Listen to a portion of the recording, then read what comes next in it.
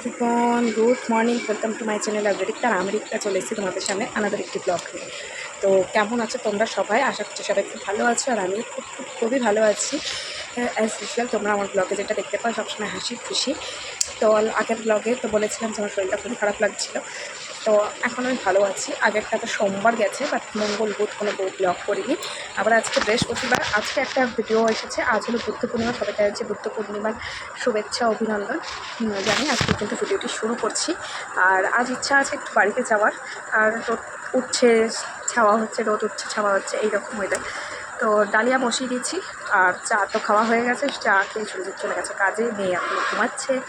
মেয়ের আজকে পড়া 11টার থেকে। মেয়ে স্যারকে বলে দিয়েছি আমার বাপের বাড়িতে যেন পড়াতে চলে আসে, আর বাবাকে বলে দিয়েছি 10টার সময় যেন এসে আমাকে নিয়ে যায়, কারণ মেয়ে ঘুমাচ্ছে। তো মেয়ে একটু ঘুমাক, ওকে নয় 10টার থেকে তুলবো, কারণ রাত্রিতে প্রায় 12:30 1টা বাজিয়ে যায় ঘুমাতে।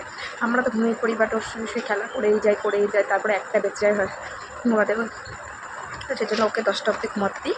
সেজন্য ওকে বলেছি 11টার সময় পড়াতে আসতে। বাবাও আসবে 10টার সময়, দিয়ে বেরিয়ে যাবো এখানে চলে একটু হেনা করার। তো সেটা মা ছাড়া তো পসিবল নয়, মার কাছে গিয়েই করতে হবে।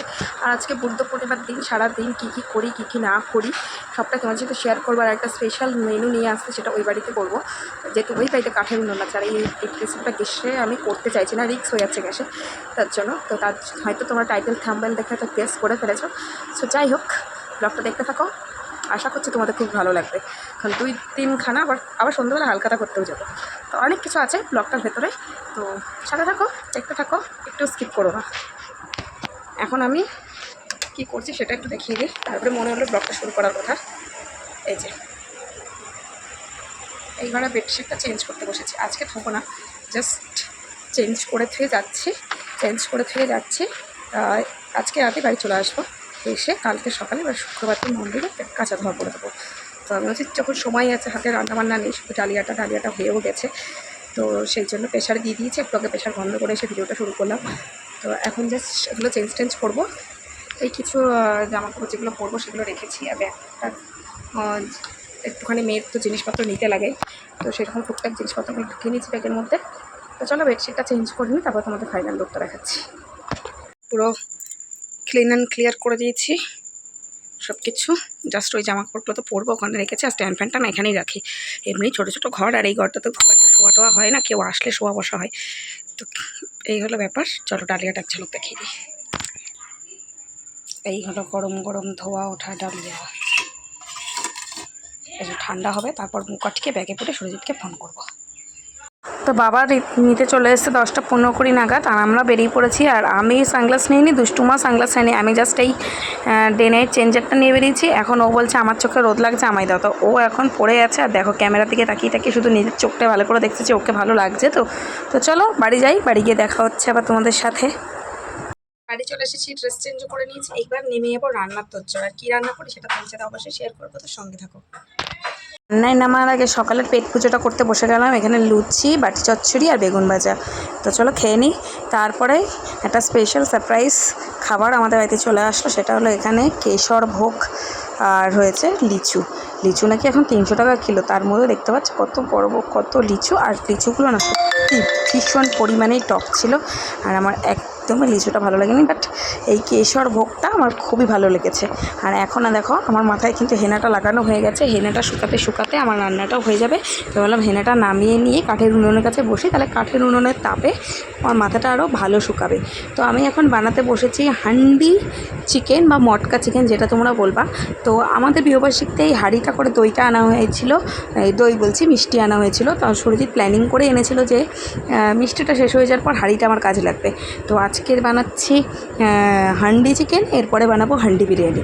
তো প্রথম ট্রাই করে দেখছি। তো ষষ্ঠীতে ভাবছি বাড়িতেই এসেই ওই হান্ডি বিরিয়ানিটা রাত্রিরের দিকে ট্রাই করব।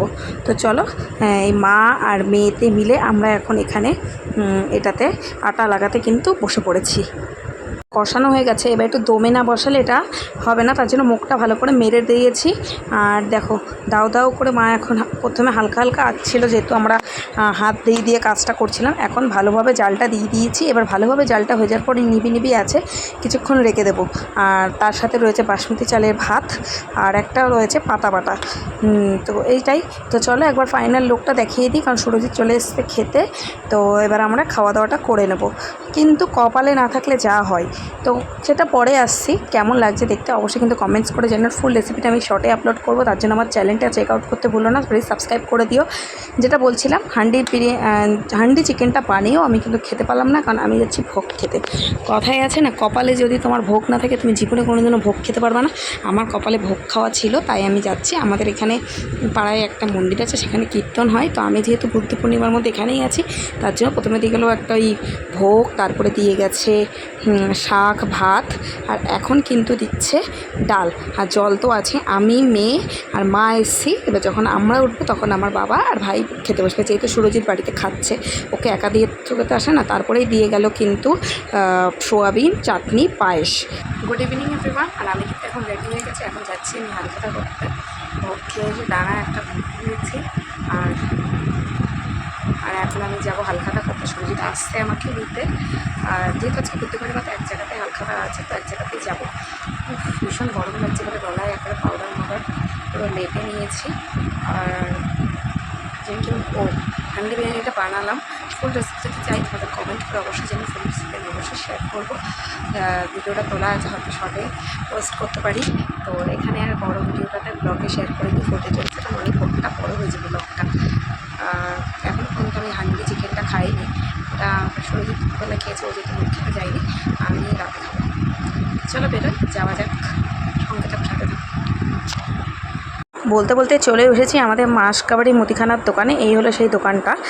প্রত্যেক মাসে এখান থেকে আমাদের মুদিখানার বাজারটা চাই। তো সুরজিৎ এখন যাবে, হালখাতাটা করে আসবে।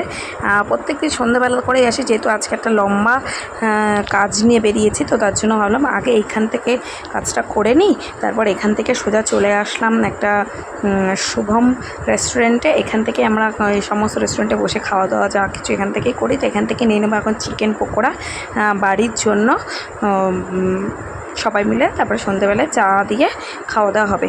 চা খেতে খেতে কিন্তু বাড়ির সামনে যে ফুচকা যাচ্ছিলো, তখন আমি ফুচকাটাও খেয়ে নিয়েছিলাম, কিন্তু আমি ফোনে ক্যাপচার করতে ভুলে গেছি, তাই তোমাদের সাথে মুখে শেয়ার করে দিলাম। আর তারপর তো বাড়ির থেকে বেরিয়ে বাজারে একটু কাজ ছিল, বাজারে কাজ টাজ করে টোরে নিয়ে আমি এখন দাঁড়িয়ে আছি। সাইকেল চালানো দেখছি ভাই সাইকেল চালাচ্ছে। বাজারে কাজটা সময় মিটিয়ে এসেছি। তারপরে খেয়াল আসলো যে মা তো ভাত বসাবে, তাহলে মাকে ভাত বসাতে বারণ করি, যেহেতু চিকেনটা তো রয়েছেই আর আমি তো খাইনি, তো সেটা কিন্তু বিরিয়ানির সাথে ভালো লাগবে। তো গোপাল ভাঁড়ের বিরিয়ানি অবশ্যই কিনে নিয়ে আসবো। তো ভাই দেখো আমার সাইকেলটা চালাচ্ছে, সাইকেল চালানো কিন্তু প্রায় শিখেই গেছে। আর আমাদের গোপাল ভাঁড়ের বিরিয়ানি কেনাও হয়ে গেছে। ভাইকে এক প্যাকেট দিয়ে বাদবাকি প্যাকেট নিয়ে আমি চলে যাব বাড়িতে, কারণ শুক্রবার থেকে আবার আমি আমার নাস্তার বাড়িতেই সব কিছু হবে। তো চলো এবার বাড়ি যাওয়া যাক, দুষ্টুমাকেও রিসিভ করতে হবে। আজকের ভিডিওটি কেমন লাগলো অবশ্যই কমেন্টস করে জানিও। ভালো লাগলে প্লিজ লাইক দিন, share and subscribe my channel. দেখা হচ্ছে খুব শীঘ্রই নতুন একটি ভিডিওর সাথে। ততদিন সুস্থ থেকো, ভালো থেকে এবং অপরকে ভালো থেকো। Good night.